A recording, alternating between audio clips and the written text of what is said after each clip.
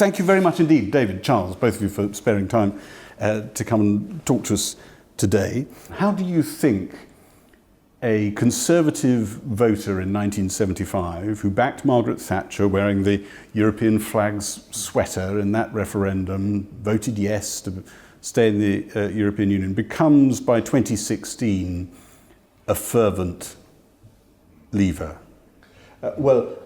I think you put it wrongly by saying backing Margaret Thatcher, because while it's perfectly true she did wear that jersey, she did not run that campaign. She'd only just become leader, and she let Heath run the campaign.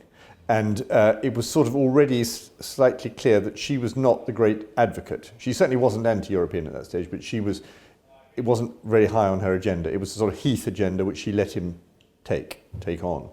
And as soon as she became Prime Minister, she started to develop antagonistic relations with the European community, though she was not a leaver by any means at that stage.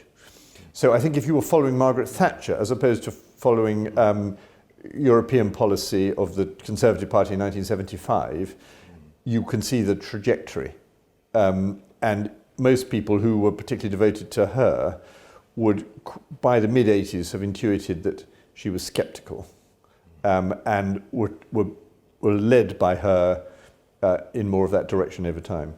David, how do you see it? Very, very, very differently. I think the Conservative Party policy under Heath and under Thatcher was distinctly pro-European, and the immediate context is a Labour Party that is a Leaver Party, especially in the 1983 election when Michael Foot was leader of the party. So Euroscepticism has shifted from the left to the right, but back then there's no question that the Conservative Party was the great European party in British politics. Sorry, I don't disagree with that. And Margaret Thatcher continued in that people want to now retrospectively see her as a kind of prophet of Brexit. I think she was very late on in her premiership, but she's the architect in many ways of the single market. Yes, that's true, but you won't find in her prime ministerial period anything which advocates greater European integration on its European virtues. So when yes, that's certainly right. When she advocates a single market, it's not because she wants to be more European, it's because she wants to have a freer market. And she quickly came to believe, while in office, not only later, that she'd been conned over the Single European Act because it was presented as a market mechanism, and really it was, in her view, a political integration mechanism which she didn't like. And I was asking about that voter, that person out there who is following the Tory lead at that moment and ends up in a completely different place at the end. How do you explain that journey? Yes, it is a rather interesting journey. In 1975, 2/3 people voted to remain, and in the recent referendum, the decision was rather different. Now, the key factor in the pro-Brexit vote in 2016 was old people. People who had voted remained, essentially, in 1975. So we have to explain what happened exactly to a particular generation of people. And I think one very important thing that happened, one was the triumph of Thatcherism and the market, leading to consequences which voters of the right of the time didn't particularly like the disappearance of much of British industry, the transformation of the capital city of the nation into this great cosmopolitan centre. These are all things that were quite difficult to take, I think, for the average Conservative voter who was used to living essentially in a very national world, a very British world, where food was British, where cars were British, where televisions were British. Now we're somewhere else. And I think that the great trick of the Brexiteers was essentially to turn an anti-London, or perhaps an anti-metropolitan vote more generally, into an anti-Brussels vote. I think it's been a remarkable political phenomenon. I want to come back to that point, but just on the point you've made, there's an element of nostalgia to all this then, is there, Charles? For a better place place they felt more at home in, a place they thought that they were in a country that achieved more? I wouldn't use the word nostalgia, but I would say that the older generation of people voting in this referendum know, because they experienced it, that it's perfectly possible to live outside the European Union if you're British. We were a basket case in the 1970s, weren't we? Yes, but we didn't cease to be a basket case because we were in the European Union. So people will say... A fascinating admission, actually, that despite the great efforts of Margaret Thatcher and the Tory party, we're still a basket case. That's the first time I've ever heard a Conservative say that. No, that's not what I said. No, we were a basket case in the 1970s. And from a Conservative point of view, yes. Mrs. Thatcher was the chief single reason why we ceased to be a basket case, not Europe. And if you can remember when you weren't in the European community, you know we can do it. Whereas a lot of young people have been given scare stories about how it's simply impossible to live if you're not in the European community and you can't get medicine and all the rest of it. And if you're sort of 55 plus, you just know that's not true. David, you're... I'm rather perplexed because I think that the Brexiteers have some difficulty in squaring their claims for success of the British economy with being in the EU. This is exactly what has happened. Those two things, and the idea that we were perfectly okay outside the EU. Yes, it's true at one level, but the point is about getting better. It's not about existence. And the British political class made a very clear decision from the late 1950s onwards that the British destiny was in the Europe class.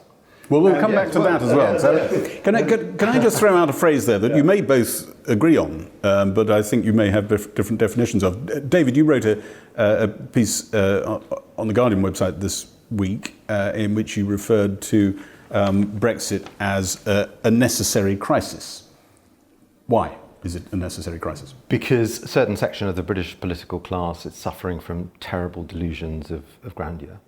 To the extent that they have come up with an utterly irresponsible programme of pretending to want to come out of the common market and wanting to send aircraft carriers and frigates to the South China Sea, and I mean it's delusional stuff. So we've got to understand what our real place in the world is. And so you mean it in the sense we've got to go through this sort of shake-up?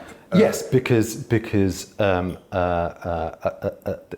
it seems that rational argument, rational questioning, cannot establish the falsity of the claims of the Brexiteers. Charles, you might agree it is a necessary crisis, but maybe not on those on that definition. Yes, but it is a necessary crisis.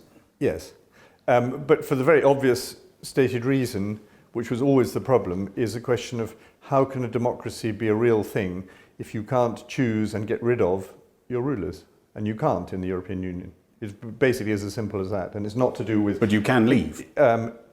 Yes, and then you can have it may well go wrong, of course, but you can have an accountable democracy, which you simply can't have in the European Union, and that's it basically. And I don't think it's about things like the projection of British power. I don't agree that these delusional things, which I rather agree with you are delusional, is the point. It's a question of a properly functioning democracy, and answerability and sovereignty and the sense of the independence of your nation, which are very fundamental issues. I'm all in favour of democracy. The idea that the great deficit in British democracy is that we're run from Brussels is an absurdity. There are many democratic deficits. That is not high on the list. Could I move to another topic?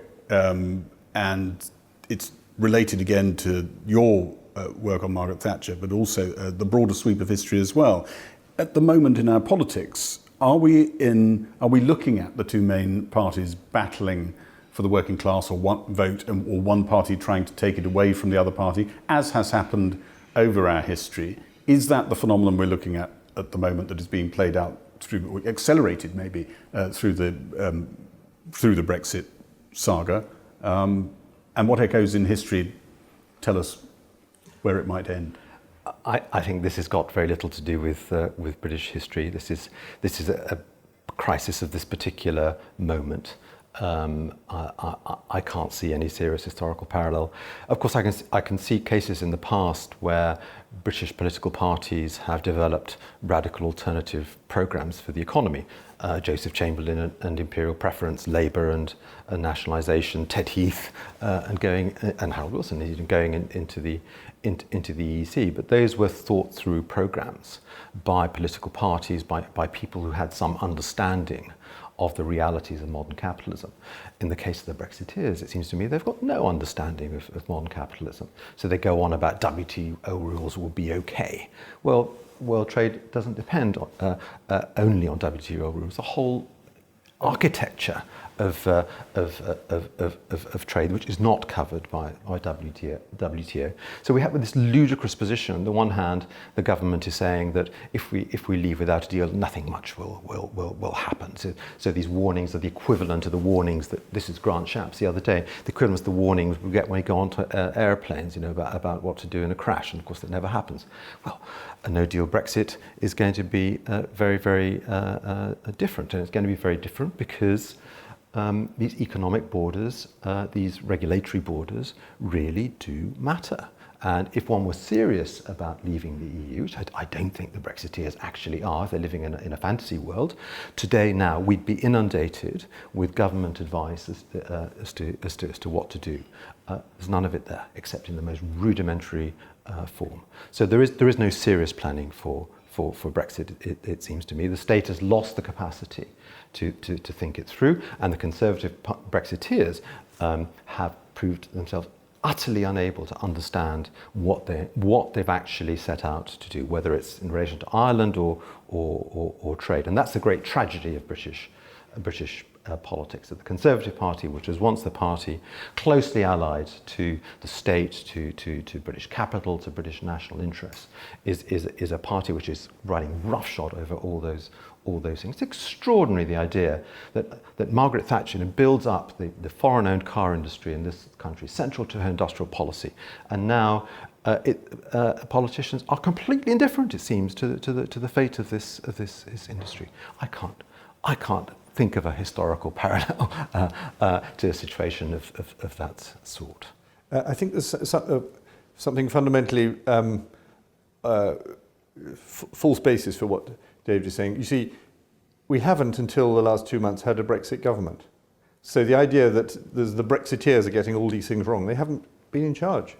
And we don't know. They may well mess it up, of course, but the last more than 3 years have been of not having a Brexit government. People often say the Brexiteers promised us this at the referendum. They didn't, because they weren't going to be a government. This was a referendum. And the government was going to be who was already the government. And so it's not in the power of the Brexiteers to deliver anything yet. But that wasn't how they conveyed it. That's how they ran the campaign like a pop-up shop. They told you can buy off us, didn't they? Both of them, both sides, of course, say, as always happens in electoral contests, it will be better because Y, X and Y. But unlike in a general election, they were not, the Leave people were not in a position to form a government. And because Mrs May didn't know what to do next, there wasn't a Leave government when she came in, and there wasn't a Leave government when she narrowly won the election that she bungled. So, and now we can't have a Brexiteer policy really, because we can't have a government, because the House of Commons has laid claim to governing the country and instead of facilitating the government of a country. So, so actually, we absolutely don't know yet whether there could be a successful Brexiteer government. We are in this extraordinary situation in which we're not allowed to, the government's not allowed to govern. So the many things I'm sure to criticise about the current state of the government, but I don't think, David was speaking earlier about how it's like, comparing it with what Heath wanted or what Wilson wanted or whatever. We absolutely don't know that yet. We're not allowed to have an election. We haven't been allowed to decide this. Will it assist the Conservative Party to seizing a land chunk of Labour's votes there? Yes, I think so, yeah. Which will be an extraordinary change in our Well, it's a bit less of a change politics. in a way that I think Mrs Thatcher, you see, made a lot of that change. She got a lot of Labour votes. She got a lot of people who were utterly fed up with trade union nonsense and were aspirational working class. David Cameron had a different strategy. One senior Tory of the Cameron bent said to me, "We want the votes of people who go to restaurants." They were very fed up with being constantly bashed up by the BBC and being called the nasty party and all that sort of thing. And so they went for a sort of bourgeois, sort of southern soft type of... Boris Johnson's going for votes who went on the miners' strike. He's going for the South, as did Theresa May to an extent in 2017, the South Yorkshire coalfields and areas like that. This could be a land shift moment. Well, remember that Mrs. Thatcher, you see, split the miners. The working miners were a very significant part of why she won the miners' strike. And so none of this is unprecedented. But it's the famous C2s of the 1980s are sort of regrouped under the Brexit label. I find it quite familiar, actually. I would just add to that. Of course, in the 1950s, the Conservative Party had more working class votes than in the 1980s, and more, and also in the 1930s. So the idea that Labour got all the working class votes and the Tories all the middle class votes is always necessarily false. Indeed, but also, of course, we're far more working class. But precisely. But I need to challenge what you said earlier about the Brexiteers not being in government.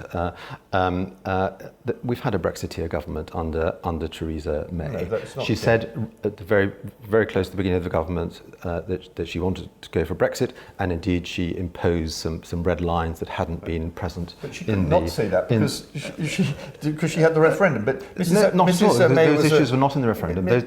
Those red lines came in after the referendum. Of course, because you have to have a policy. Yeah, yes. But the point it was an extreme policy. She had been a Remainer, but she committed herself totally to Brexit. And the people who brought her down were not Parliament, it was the Brexiteers. Well, it was both. It was the Brexiteers. It was both, because they needed the opposition. Yes, the Brexiteers were greatly outnumbered by the opposition. Absolutely, but in the normal run of politics, the opposition opposes the. No, but I maintain the point that I think is very important is that the people driving the negotiations fundamentally wanted to stay in the European Union, and that meant that they couldn't envisage what Brexit meant. They just didn't understand it, and therefore they. Well, I'd like to see a serious Brexiteer argument for what Brexit means. Greg Clark, Mrs. May, and so on, wanted us to sort of pretend to leave, but actually to remain. Yes. Because they understood, unlike the Brexiteers, that leaving implied serious damage to the British economy. Now, I can understand you don't like that and you don't believe that, but that's what they believed with very good reason. What I'm saying is, I'm right. I'm not arguing here. I'm not arguing here who's taking the correct position. What I'm saying is that we have not had a Brexit government. This is clearly the case. They clearly had the position of leaving the EU, but minimising the damage. That was quite explicit in that position. But not eliminating the damage. They were trying to minimise the damage. They were absolutely a Brexiteer government, and to that extent, Brexit has indeed already failed. No, it's nominal. If the voter base of the party changes, David, what does history tell us about if you've moved from being the party of capital and property a bit more, accepting there are nuances to all of this and there's always been shades to Tory support, more being the party of Labour, again, old-fashioned phrase. The Tory party is not becoming the party. The Tory party is fundamentally the party of the old. But do you think it's disconnected from property and capital a bit? Not from property. But property is absolutely central. That's linked to the old. Yes, property. We have the politics of the old and the politics of property. Okay. Yes, and that's really, I think, what conservatism stands on at the moment. And do you think that'll have an enormous impact on the thinking, the central thrust of policy in the Conservative Party, this moment we're going through? I think that the Conservative Party is in a near-terminal crisis, actually. I think... even if it wins the next election, you think it might be? Yes, because if they win the next election, it'll be on the basis of a Brexit policy that is unachievable. There is no way forward from here for the Brexiteers, it seems to me, or for a Brexiteer Conservative Party. Charles, are you squeamish about a party spraying money around? Yes, I am. But I think, however, these things are somewhat cyclical, and sometimes you have to spray it around more than at other times. And obviously the immediate crisis that George Osborne and Philip Hammond had to face has diminished. And so it would be, broadly speaking, reasonable to put up the spending. I think the promises made right now are pretty wild, but I wouldn't say they were catastrophic. I mean, it's an extraordinary state of affairs, isn't it, where you have a major financial crisis, you respond with austerity, you generate a crisis that is going to crash your economy, and in those circumstances, you're prepared to throw money at it. I mean, the British public is going to see through this in a second. Sorry, what's the financial crisis? That thing that happened in 2008. Oh, then? Sorry, I thought you meant... sorry, which has had a certain effect on we all politics looked at our phones for a second. The election, though, Charles, let me see if you're squeamish about this. The idea of people versus Parliament. In a normal year, I suspect Charles Moore would be sitting there feeling a little uncomfortable about that. Well, no, I see what you're saying, but I'm fascinated by how this dispute has revealed a total misunderstanding of the basis of the British Constitution, which is the concept of the Crown in Parliament.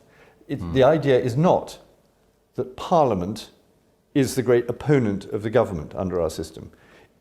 Parliament has the power to keep in and throw out the government, and quite rightly so. But we govern through Parliament, not by Parliament under our system.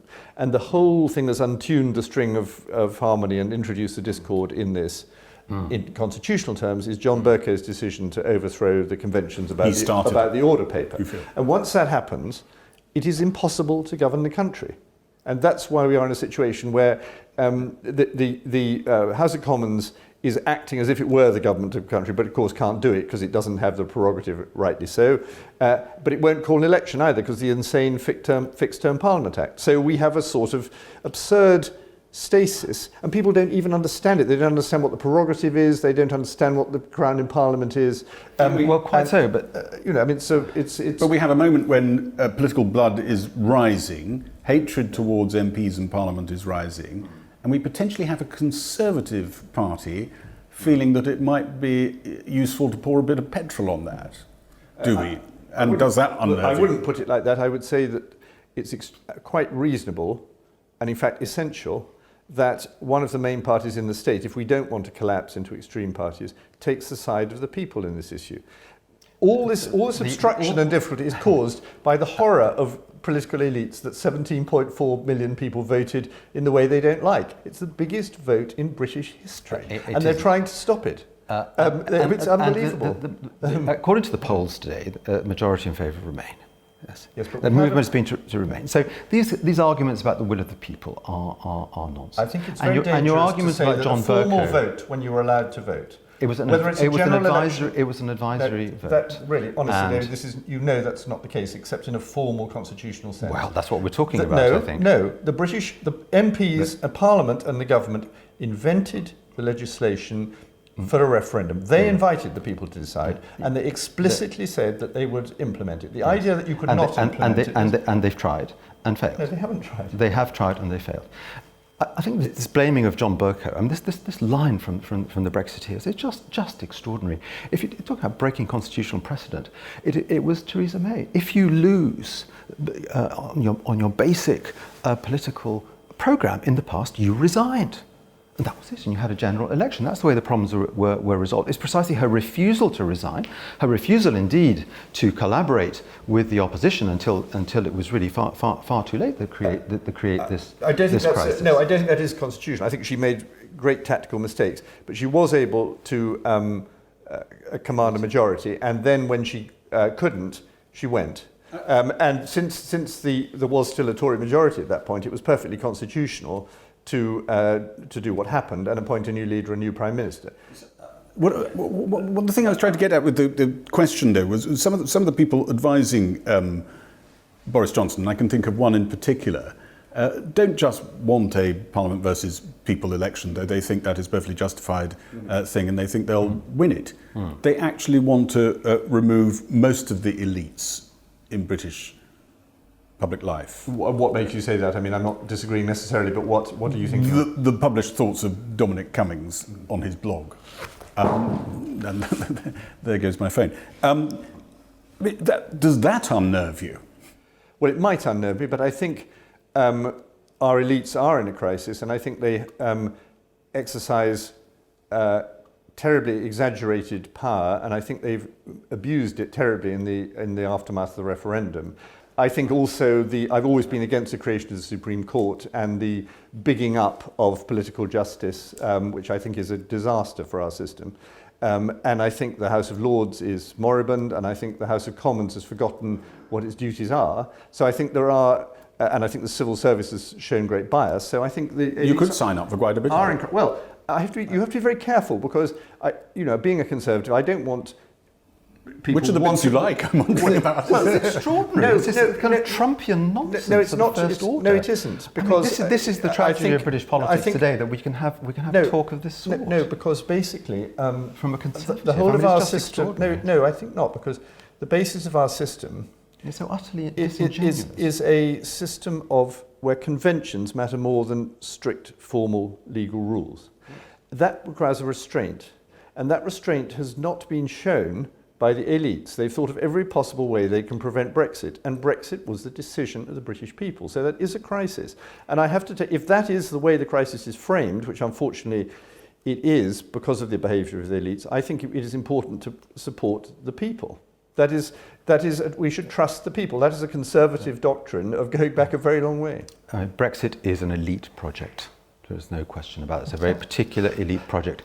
It has the support of large numbers of people. I've never heard of elite having 17.4 million members. No. And people voted for it. I'm not denying that for a minute. But the idea that Brexit is an anti-elite project is a nonsense, and it's exactly analogous to the Trump case. It's completely fake anti-elite politics. Brexit is essentially a Conservative Party policy supported by Conservative voters and some others. That's the reality. It's extraordinary to continue this nonsensical attack on Parliament, on the judiciary, on the BBC. Sorry, it's not nonsensical. You may possibly argue it's mistaken, but it's not nonsensical. It is nonsensical in terms of the structures of power in our society. In closing, can I ask you whether you think Boris Johnson will merit a 3-volume, 3,000-page biography, and would you consider giving up 22 years of your life to write it? I have no idea, but I do think he's the only one this century who's been interesting. That's all I'll say. So he would make a very good biography, and already one exists actually by Andrew Jimson, but it's an amazing story. Whether it ends in utter disaster or triumph, I would be very foolish to predict. David? He certainly merits a biography. He'll go down as one of the great con men of British politics, and that will sell more than a biography of Margaret Thatcher, however distinguished. Thank you both. Distinguished writers. Books available in all good bookshops. Thank you both for your time today.